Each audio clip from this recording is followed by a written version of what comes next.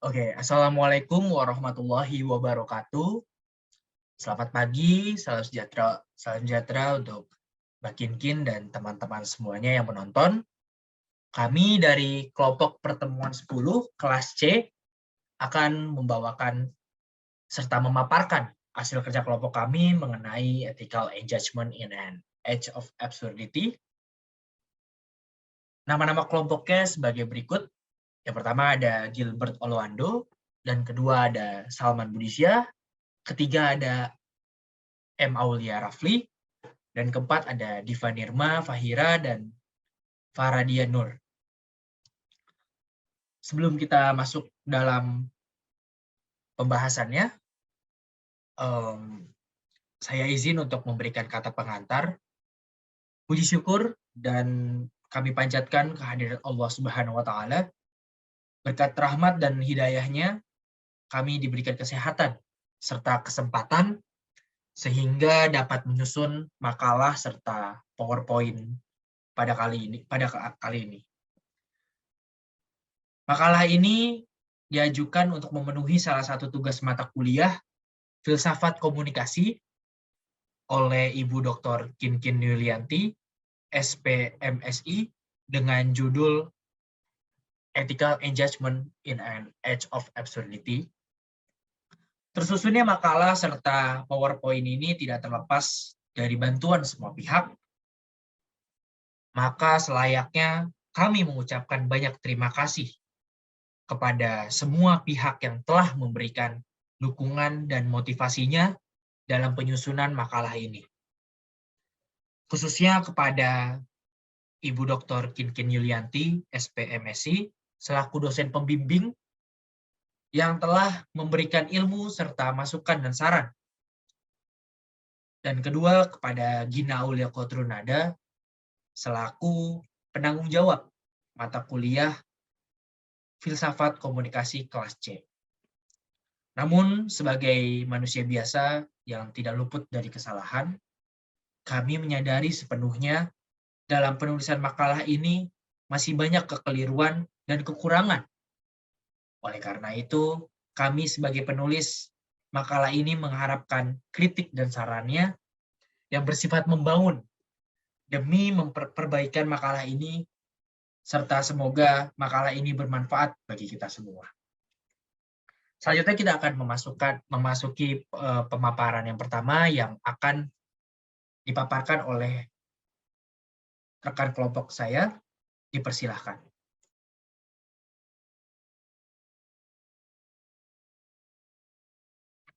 Oke, sekarang kita masuk ke latar belakang. Dalam novel Philosophy of Communication bagi kamus, kesenangan dan keputusan bukanlah alternatif moral. Dalam menghadapi ketegangan, kontradiksi, dan absurditas yang begitu besar, seseorang harus mencoba memberontak di era postmodern. Pemberontakan dapat berfungsi sebagai filosofi yang layak dengan mengekspresikan komitmen seseorang untuk mewujudkan dalam narasi tertentu. Daripada hidup dengan preferensi individualistis mengambil tindakan etis, bahkan lebih sulit karena seseorang hidup dalam ketegangan kesatuan paradoks. Banyak ide dan koneksi berusaha untuk menarik dan mengalihkan perhatian. Salah satu kontribusi unik Albert Camus terhadap teori etika komunikasi adalah metafora pemberontakan yang tertanam meskipun ia tidak secara eksplisit menggunakan metafora. Itu konsisten dengan karyanya yang menunjukkan bahwa seseorang dapat menerima kesatuan yang berlawanan sebagai realitas yang hidup dan tetap merespon dari perspektif pembentukan cerita dari zaman yang absurd di mana tidak ada metanarasi tunggal untuk memandu kehidupan publik dan pribadi. Risiko mengalami tunawisma eksistensial sangat meningkat dengan menempatkan diri dalam struktur naratif tertentu. Seseorang dapat menanggapi situasi absurd ini dari posisi pemberontak yang tertanam, membiarkan cerita atau narasi tertentu memberikan panduan untuk mengatasi absurditas, dapat mencegah seseorang jatuh ke dalam keadaan putus asa yang membuat tindakan menjadi lebih sulit. Sementara praktik sosial masyarakat yang lebih besar mungkin sulit untuk dibedakan. Setiap narasi yang lebih kecil dapat memberikan petunjuk sementara dalam mencoba memahami yang absurd.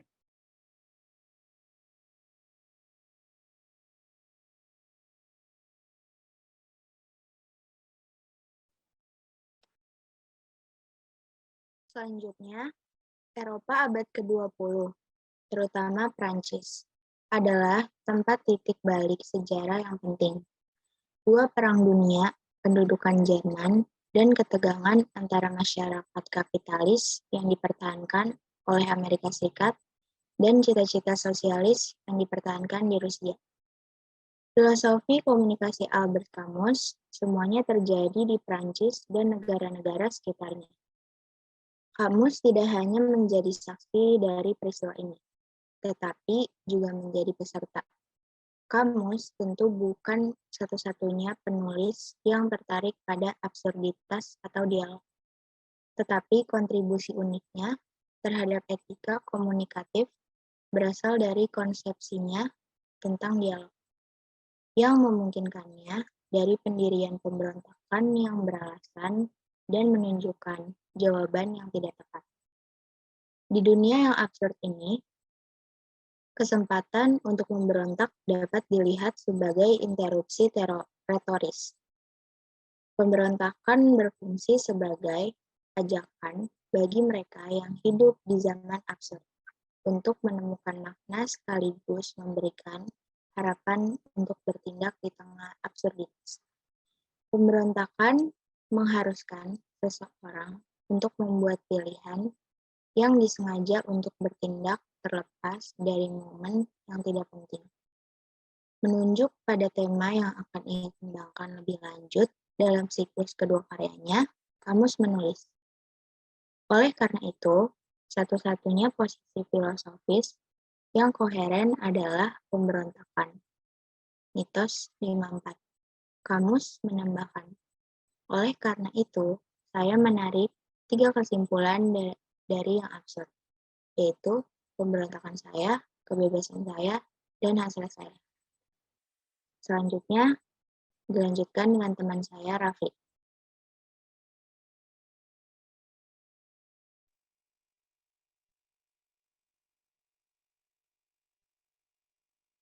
Oke, saya akan melanjutkan penjelasan dari latar belakang.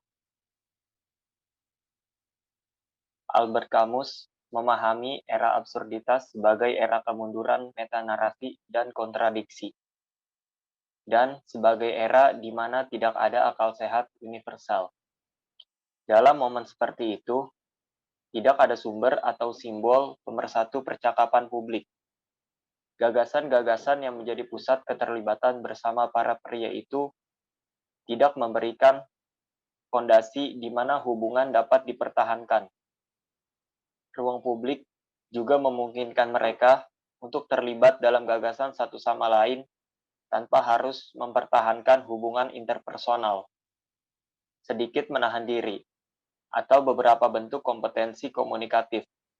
Juga akan memungkinkan percakapan tetap terfokus pada ide-ide yang dipertaruhkan alih-alih menjadi pribadi.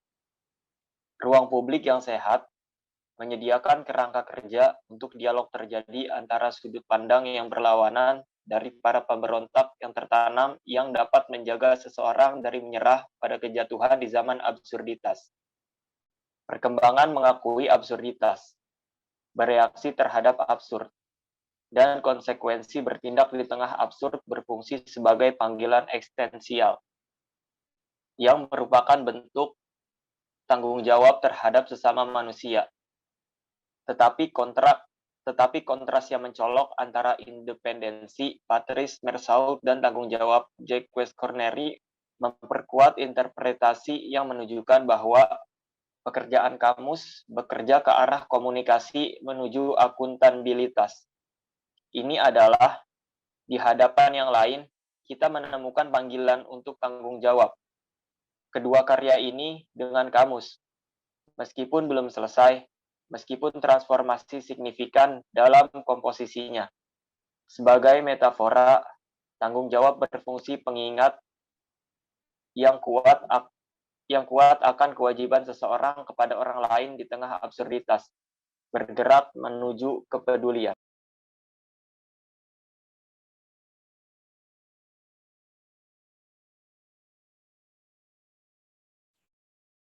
Ya, pada presentasi ini kami mengambil kasus yaitu demonstrasi kenaikan harga BBM. Presiden Joko Widodo atau Jokowi secara resmi mengumumkan kenaikan harga BBM sebesar 25-30%. Harga Pertalite naik dari 7.650 menjadi 10.000 per liter. Harga solar dari 5.150 menjadi 6.800. Pertamax naik dari 12.500 menjadi 16.500.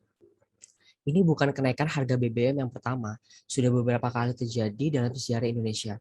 Protes terhadap kenaikan harga BBM sudah berlangsung sejak sejak Orde Baru di bawah pemerintahan Presiden Soeharto.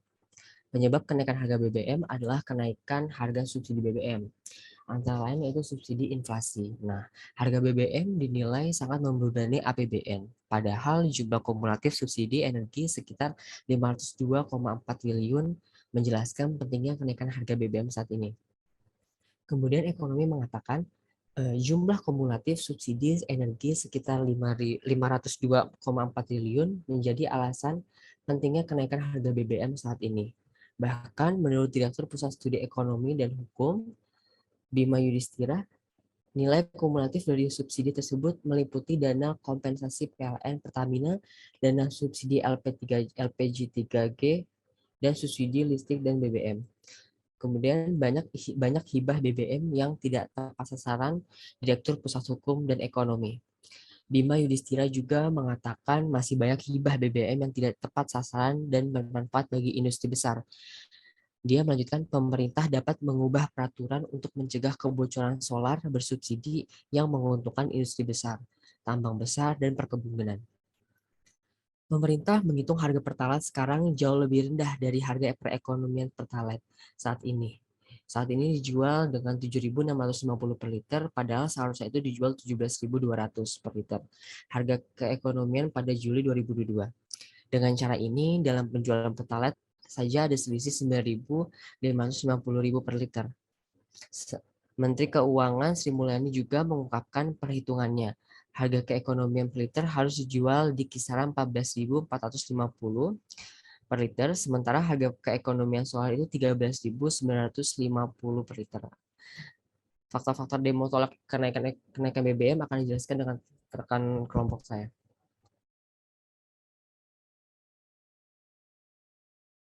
Oke, baik. Di slide kali ini kami akan memaparkan fakta-fakta demo tolak kenaikan BBM. Nah, inilah fakta demonstrasi kenaikan BBM. Yang pertama, Persatuan Kelompok Organisasi Mahasiswa. Selain buruh dan masyarakat, mahasiswa tidak dirugikan, tertinggal dalam aksi melawan kenaikan harga BBM. Menurut laporan tersebut, ribuan pelajar di kota besar Nusantara telah direlokasi untuk menuntut ilmu. Para mahasiswa tersebut berasal dari berbagai organisasi, seperti Himpunan Mahasiswa Islam atau yang disebut HMI, Pergerakan Nasional Pelajar Indonesia, Ikatan Mahasiswa Muhammadiyah atau disebut dengan IMM, dan Persatuan Pelajar Muslim Indonesia atau yang disebut PMI. Bahkan, pengurus Himpunan Mahasiswa Muslim atau PBHMI mengancam akan menggelar aksi unjuk rasa di beberapa daerah. Ditambah, PBHMI, Direktur Keamanan dan Pertahanan, Arven Marta mengatakan mereka sangat menolak pembahasan kenaikan gaji. Kedua, sambutan Presiden dan Wakil Presiden. Presiden Republik Indonesia, Joko Widodo, dan wakilnya, Ma'ruf Amin, saling menasihati agar aksi unjuk rasa terkait kenaikan harga BBM dilakukan secara damai dan adil. Adapun mengapa pemerintah menaikkan harga BBM, menurut Ma'ruf, karena distribusi subsidi yang BBM yang tidak tepat. Banyak orang kaya justru diuntungkan dari subsidi tersebut, dan orang miskin justru tidak kebagian, katanya. Oleh karena itu, Ma'ruf Amin berpendapat bahwa pemerintah harus mengambil kebijakan pengalihan subsidi BBM ke bantuan langsung tunai atau BIT, sehingga bantuan tersebut benar-benar bermanfaat dan tepat sasaran bagi penerima manfaat tersebut. sehingga tidak terjadi lagi salah sasaran seperti yang alasan yang sudah dijelaskan tadi. Selanjutnya akan dijelaskan oleh rekan saya, dipersilahkan.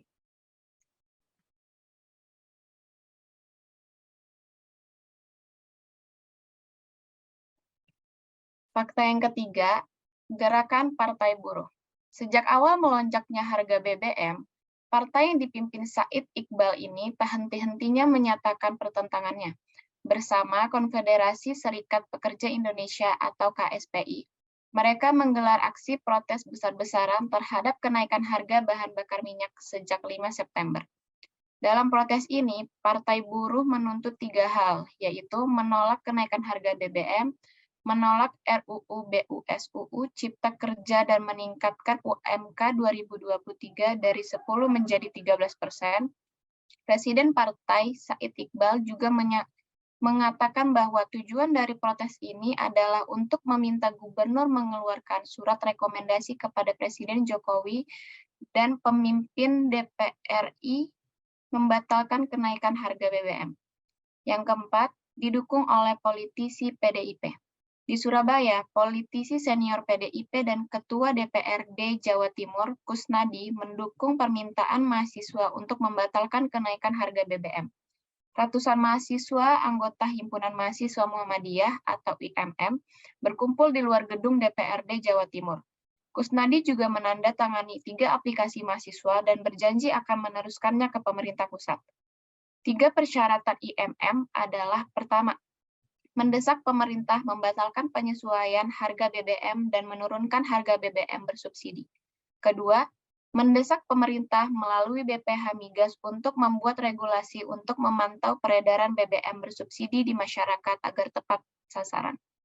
Yang terakhir, mendesak pemerintah untuk memperbaiki pengelolaan sumber daya alam dengan tujuan dikuasai sepenuhnya oleh negara dan dialokasikan sebaik-baiknya untuk kesejahteraan rakyat.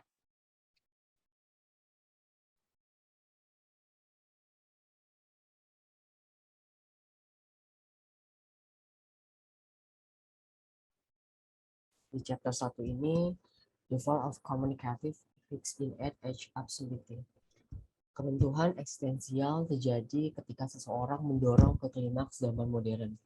Ketergantungan zaman pada individualisme dan tidak bisa lagi mendukung filosofi layak di tengah permusnahan fisik.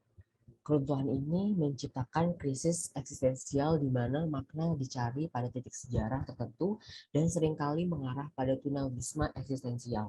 Beberapa mencari melarikan diri dari keberadaan irasional, sementara yang lain mungkin jatuh ke dalam keadaan putus asa terus-menerus.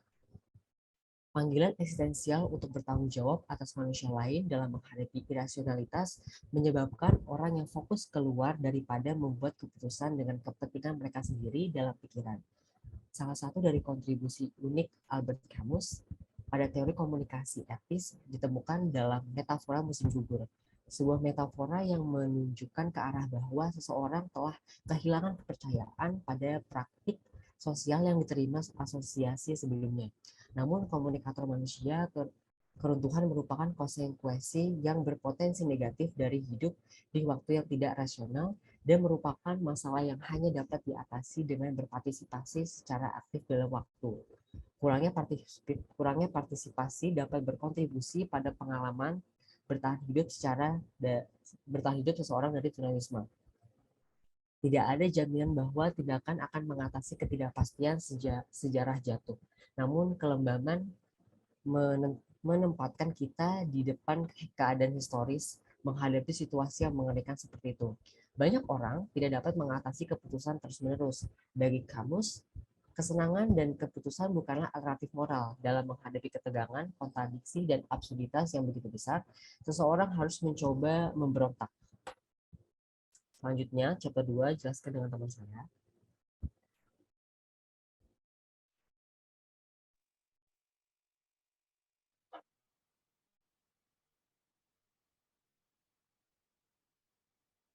Oke, saya akan menjelaskan chapter kedua. Embedded Rebellion, Up Ethical Response in an Age of Absurdity. Di masa zaman absurditas, merespon secara etis adalah sebuah tantangan. Di era postmodern, pemberontakan dapat berfungsi sebagai filosofi yang layak dengan mengekspresikan komitmen seseorang untuk mewujudkan cita-cita yang diwujudkan dalam narasi tertentu. Daripada hidup dengan preferensi individualistis, mengambil tindakan etis bahkan lebih sulit karena seseorang hidup dalam ketegangan kesatuan paradoks. Banyak ide dan koneksi berusaha untuk menarik dan mengalihkan perhatian. Saat mengambil tindakan, sadarilah bahwa setiap keputusan dan tindakan selanjutnya menunjukkan batas atau batasan. Salah satu kontribusi unik Albert Camus terhadap teori etika komunikasi adalah metafora pemberontakan yang tertanam. Meskipun ia tidak secara eksplisit menggunakan metafora, itu konsisten dengan karyanya yang menunjukkan bahwa seseorang dapat menerima kesatuan yang berlawanan sebagai realitas yang hidup dan tetap merespon dari perspektif pembentukan cerita di zaman yang absurd, di mana tidak ada metanarasi tunggal untuk memandu kehidupan publik dan pribadi. Risiko mengalami tunawisma eksistensial sangat meningkat dengan menempatkan diri dalam struktur naratif tertentu. Seseorang dapat menanggapi situasi absurd ini dari posisi pemberontak yang tertanam, membiarkan cerita atau narasi tertentu memberikan panduan untuk mengatasi absurditas, dapat mencegah seseorang jatuh ke dalam keadaan putus asa yang membuat tindakan menjadi lebih sulit. Sementara praktik sosial masyarakat yang lebih besar mungkin sulit untuk dibedakan. Setiap narasi yang lebih kecil dapat memberikan petunjuk, sementara dalam mencoba memahami yang absurd. Karena semakin banyak cerita seperti itu dibuat, komitmen terhadap perbedaan hanya akan meningkat. Tapi hanya merangkul perbedaan, tidak menciptakan lingkungan komunikasi yang positif. Orang juga harus mau terlibat secara positif dengan orang-orang dengan perspektif dan pandangan dunia yang berbeda.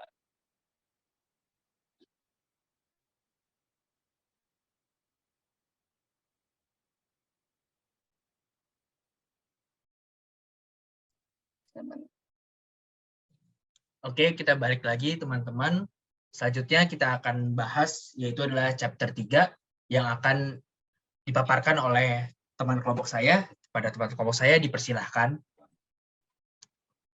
Chapter 3, Ethical Engagement in an Absurdity. Eropa abad ke-20, terutama Prancis, adalah tempat titik balik sejarah yang penting.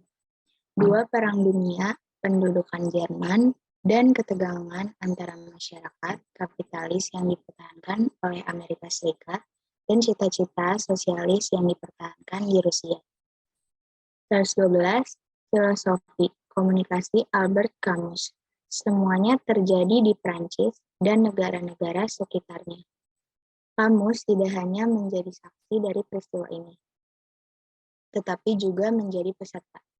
Camus tentu bukan satu-satunya penulis yang tertarik pada absurditas atau dialog, tetapi kontribusi uniknya terhadap etika komunikatif berasal dari konsepsinya tentang dialog, yang memungkinkannya dari pendirian pemberontakan yang beralasan dan menunjukkan jawaban yang tidak tepat.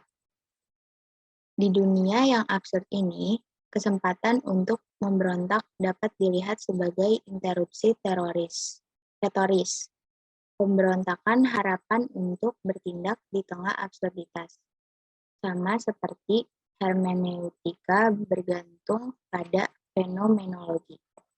Pemahaman tentang pemberontakan Camus bergantung pada esainya The Myth of Sisyphus dan paling baik dipahami Thomas 1914 sampai 1953. Menulis Jangan Lemah Lembut pada Malam yang Baik Ini, atau Usia Tua Membakar di Penghuni Hari, atau kemarahan terhadap kematian cahaya. Kemarahan ini terus menanggapi absurditas. Pemberontakan mengharuskan seseorang untuk membuat pilihan yang disengaja untuk bertindak terlepas dari momen yang tidak penting. Menunjuk pada tema yang akan ia kembangkan lebih lanjut dalam siklus kedua karyanya. Kamus menulis. Oleh karena itu, satu-satunya posisi filosofis yang koheren adalah pemberontakan. Mitos 54. Kamus menambahkan, oleh karena itu saya menarik tiga kesimpulan dari yang absurd, yaitu pemberontakan saya, kebebasan saya, dan hasrat saya. Thomas memberikan pemahaman puitis tentang pemberontakan Kamus. Kamus menolak untuk bersikap lembut pada malam yang indah ini, dan menjalani hidupnya sesukanya. Berubah dan pada saat yang sama diubah oleh saat yang menantinya. Irasionalitas tidak memungkinkan seseorang untuk tidak aktif. Seseorang harus memilih untuk bertindak terlepas dari keadaan yang tidak masuk akal atau dikalahkan oleh absurditas yang dihadirkan oleh absurd. Selanjutnya dibacakan oleh teman saya. Oke, baik. Selanjutnya di sini ada chapter 4, The Public Sphere Navigating Opposing Agenda in an Age of Absurdity. Albert Camus memahami era absurditas sebagai era kemunduran, metanarasi, dan kontradiksi. Dan sebagai era di mana tidak ada akal sehat universal. Dalam momen seperti itu, tidak ada sumber atau simbol pemersatu percakapan publik. Gagasan-gagasan yang menjadi pusat keterlibatan bersama para pria itu tidak memberikan etika komunikasi, tidak memberikan fondasi di mana hubungan yang dapat dipertahankan.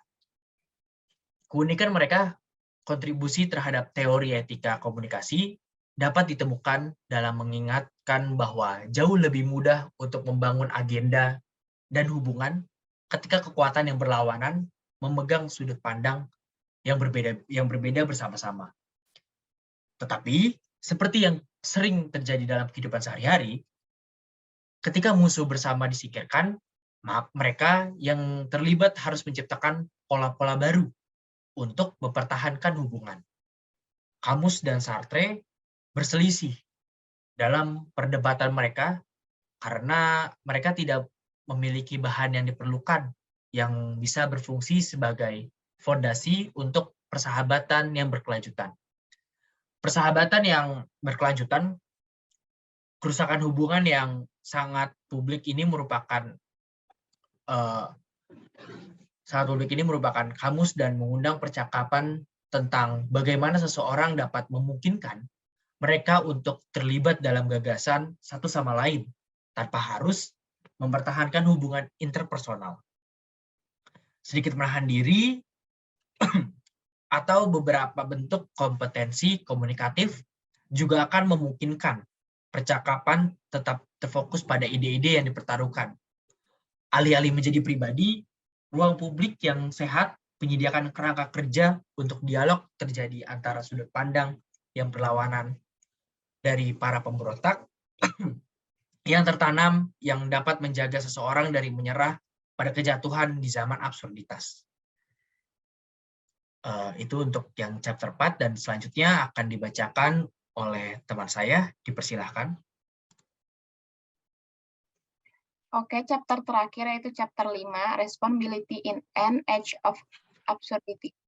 Albert Camus mengizinkan saya untuk meninjau kembali pentingnya eksistensialisme pada saat narasi terfragmentasi.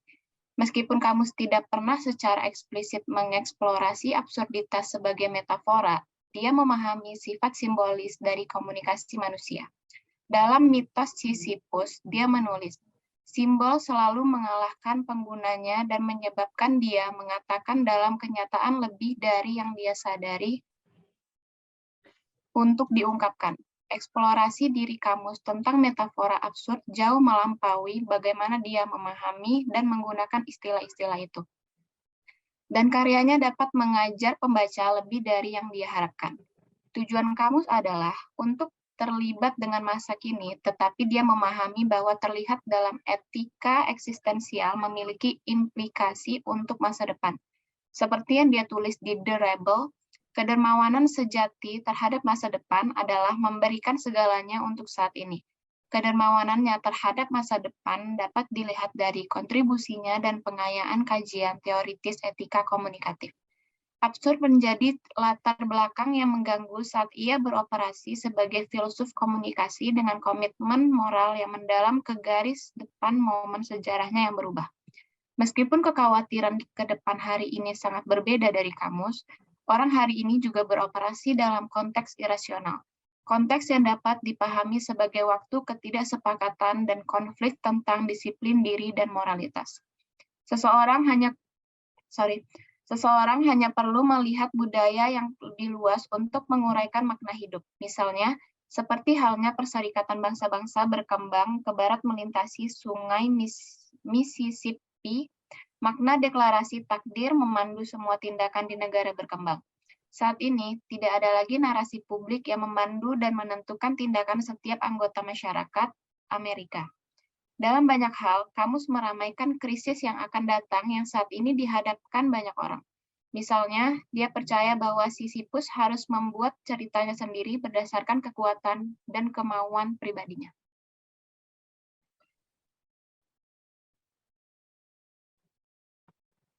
Oke. Untuk sebelum kita menutup pemaparan presentasi dari kelompok kami, tentunya kami ada kesimpulan untuk presentasi kali ini. Kesimpulan yang dapat kami sampaikan ialah Eropa abad ke-20, terutama Prancis, adalah tempat titik balik sejarah yang penting.